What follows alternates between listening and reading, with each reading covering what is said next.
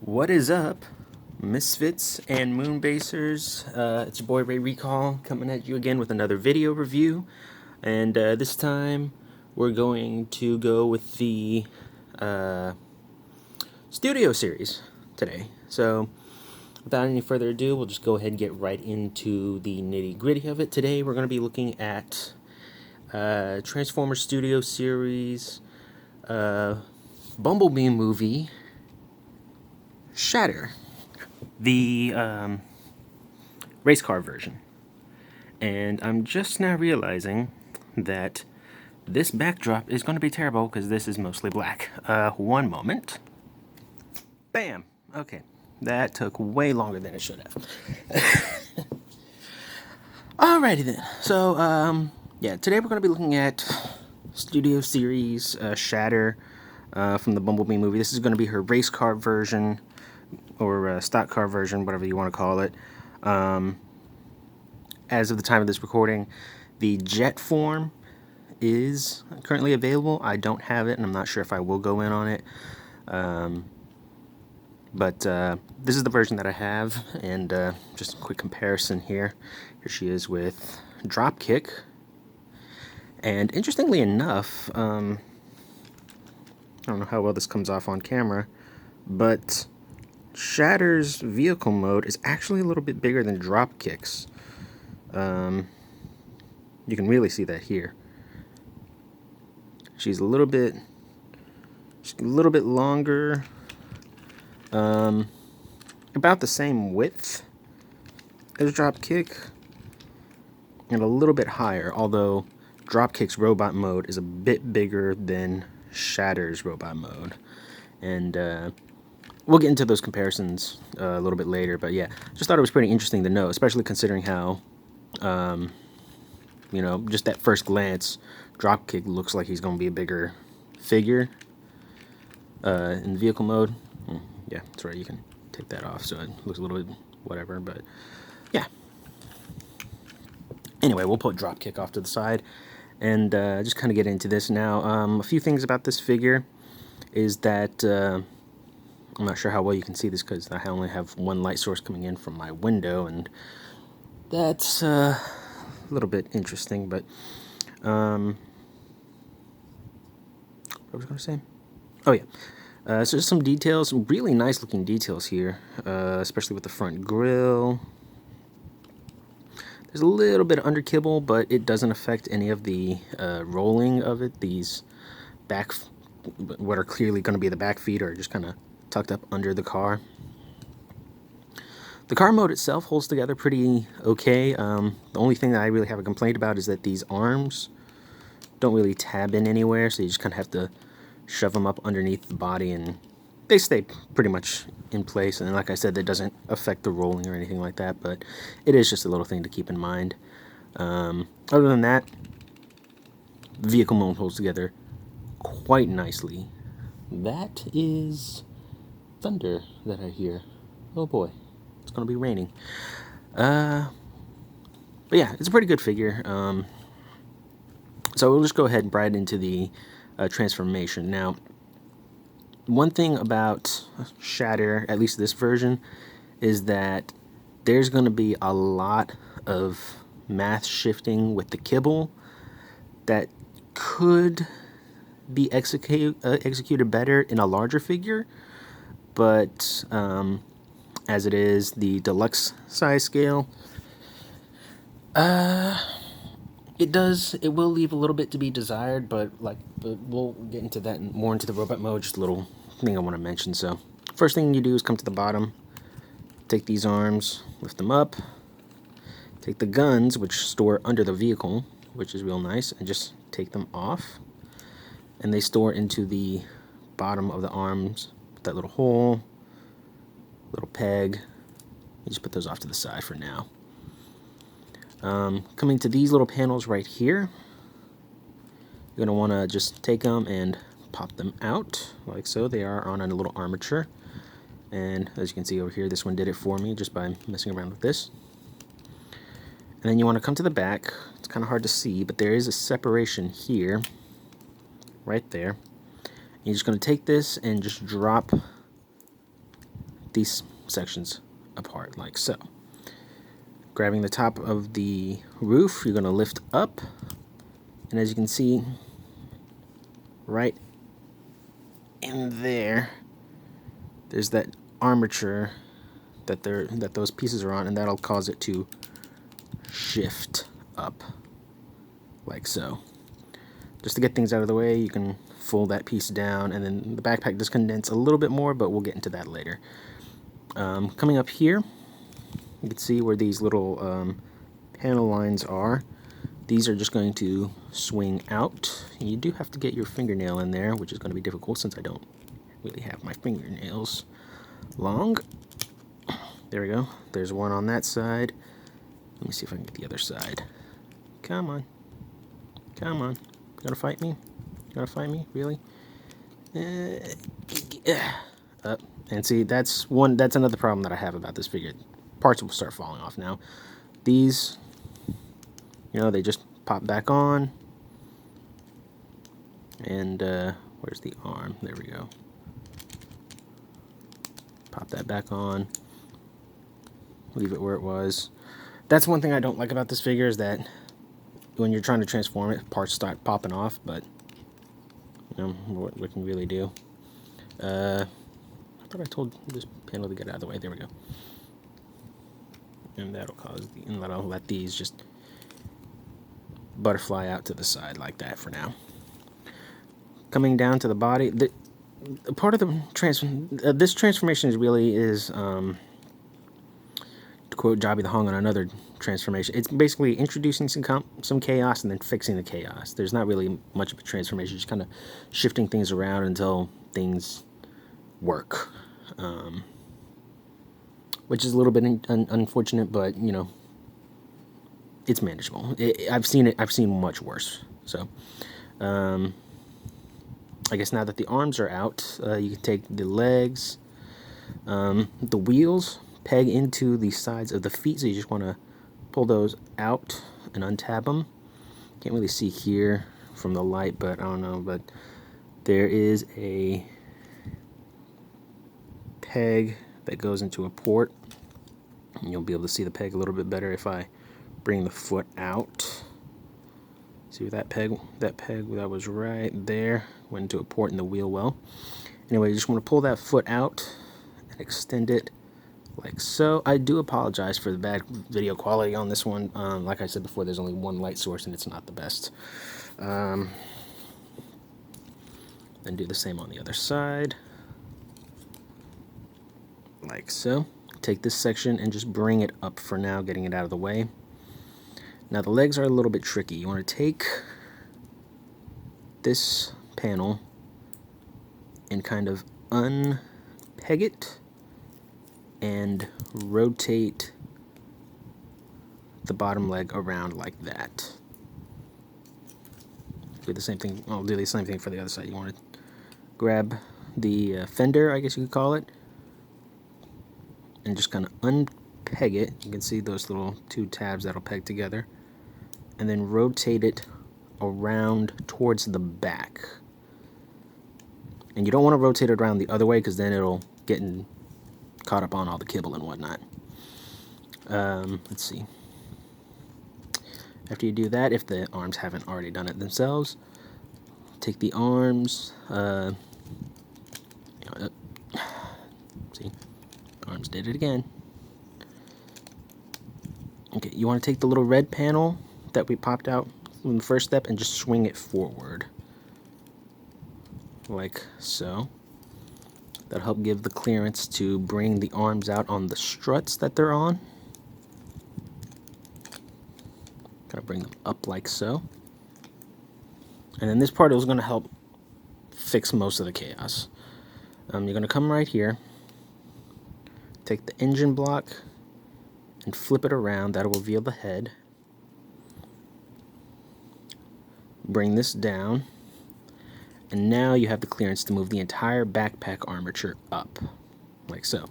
While we have it up, let's go ahead and finish collapsing that backpack onto the roof section. And then if it doesn't do it already, there's a tab right here, slot right there. Just pegs together like so. You can finally bring this torso section up. There's a tab right here that'll go into the slot right there in the gray piece. And that'll form the chest. And now that you have that all taken care of, we'll come back down to the legs, since we can see what we're doing. These wheel armatures, you're going to take it, flip the wheel around, the wheel itself around, and then fold that into the thigh. So it kind of sits there like that.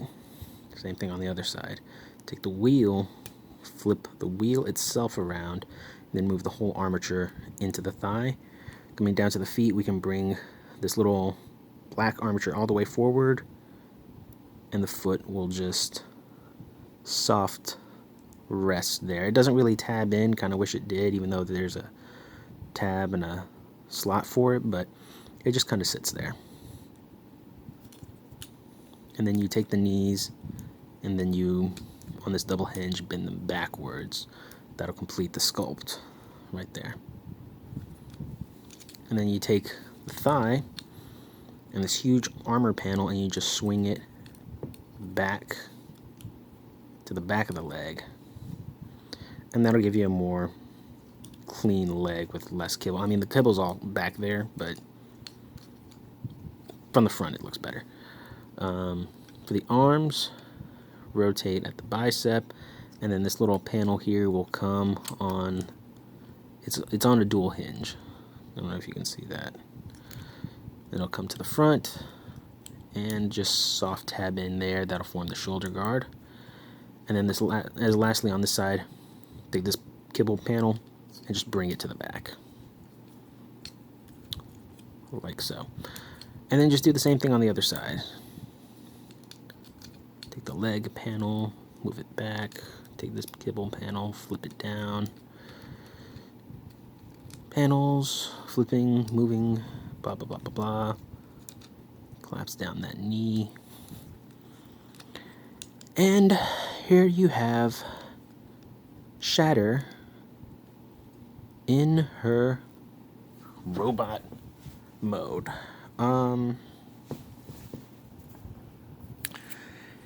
Yeah, it's a good Shatter figure. And let me move the camera a little bit closer. Good Shatter figure. Does leave a little bit wanting though. I mean, pretty much all the vehicle is right there.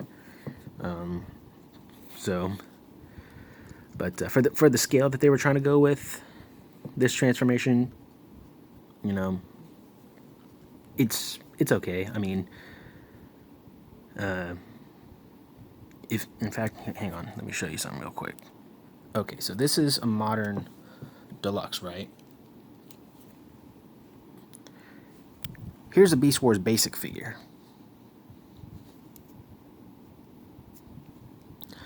Deluxes aren't what they used to be. But for this scale, for this size, for how big or how small this figure is, the transformation, I personally can't see any way that they could have gotten this thin robot mode out of a muscle car any other way. I'm not a toy designer, so if you can figure out a different way, you know, make your own toy. That's what a third-party company is for. But yeah, now as terms of looks, if you ignore the Black Lives Matter, the figure looks pretty good.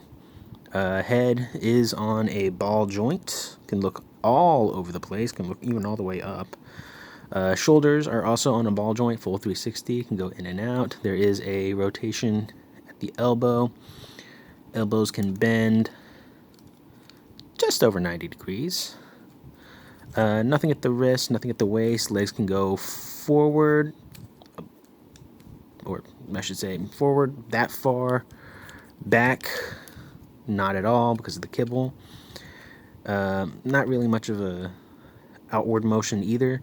There is a rotation above the knee, as well as some forward knee movement and backwards knee movement.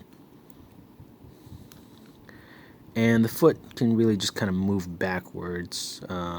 It can move forward as well, but then you're technically on mistransforming it. So there you have that. Now, as before, you can take the guns, pour it on the side, peg on the inside, and they just kind of collapse over her forearms like that.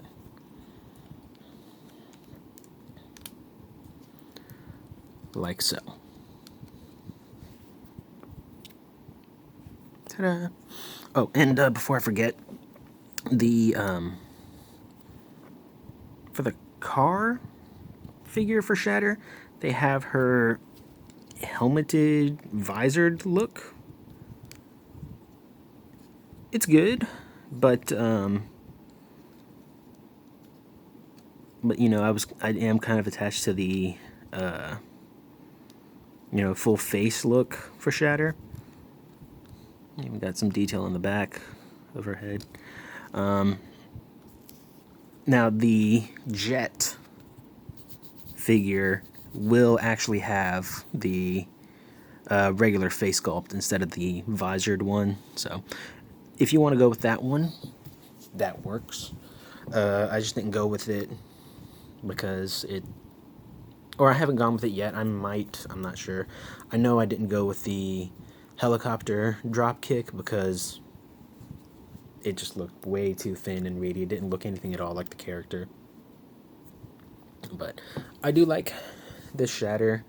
She looks especially good with dropkick, which you'll see the robot mode comparisons when we get into the dropkick video, which is going to be the next video. And yeah, that's pretty much it.